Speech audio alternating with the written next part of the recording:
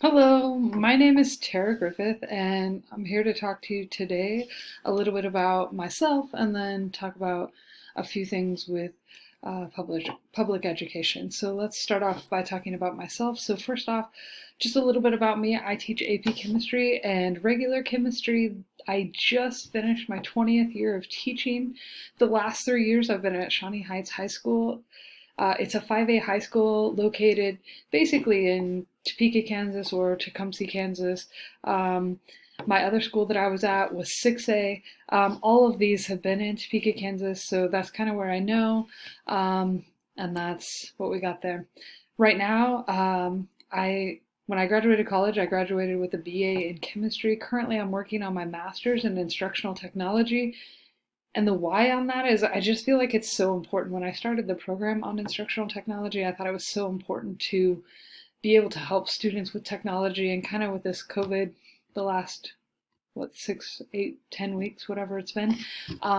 It kind of feels like it's been really important, and I use some of the things from my classes that for my classes and for my students, and hopefully that helped them become successful. I'm just about done with my instructional technology master's. I'll be done hopefully in the fall, provided everything goes well.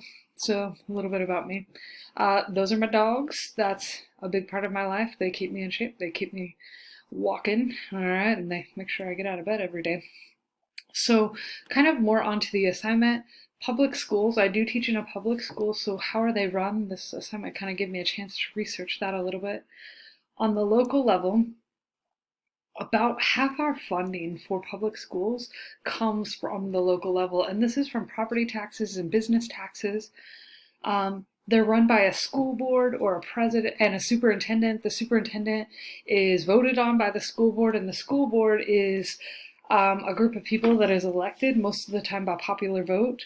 In our school district, we have people that are in certain regions, and then we have a couple of at-large ones that they can be from anywhere, like live anywhere in the district. On the state level, I live in Kansas, so we're run by the KSDE, and I got a little ahead of myself, but less than half of our funding comes from the state.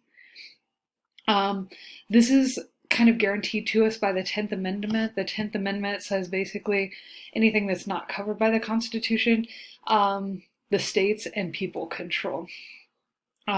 So as you know, we had Common Core a few years ago. It's kind of coming in, it's coming out. We've got NGSS, these kind of things, but NGSS is a little bit state, or federal. So we have the federal government, and this is only about 8% of our funding comes from our federal. But the thing that got me was the number was 600 billion. That's a lot of money, and I understand it's got to be spread throughout the entire United States, but that's quite a lot of money. The money comes with some caveats. So a few years ago, we had like the school lunch program, NCLB, No Child Left Behind. We also have the ESSA, Every Student Successful Plan or Act. And so there are some caveats that go with that. So that money is not just free for us. We just have to be able to institute some things, implement some things. So who is in charge? Largely at the federal government, who's in charge there, in charge of the education overall, is our Secretary of Education. There's not a lot of control that the Secretary of Education has. There are some things, but it doesn't change a lot from administration to administration. This is a paid position. They do have some power. We can get there are some trickle down things that come from the federal, as we talked about on the last slide. At the state level, this is our KSDE, and this is a lot of control, and these people are paid at the Kansas State Department of Education. They do have some power, as we talked about on that last slide, but the most power comes on the local level. That's our school board and superintendent, and then the principals within the school. The school board is unpaid, and then the superintendent is paid, but they are voted on by the school board. So, yeah.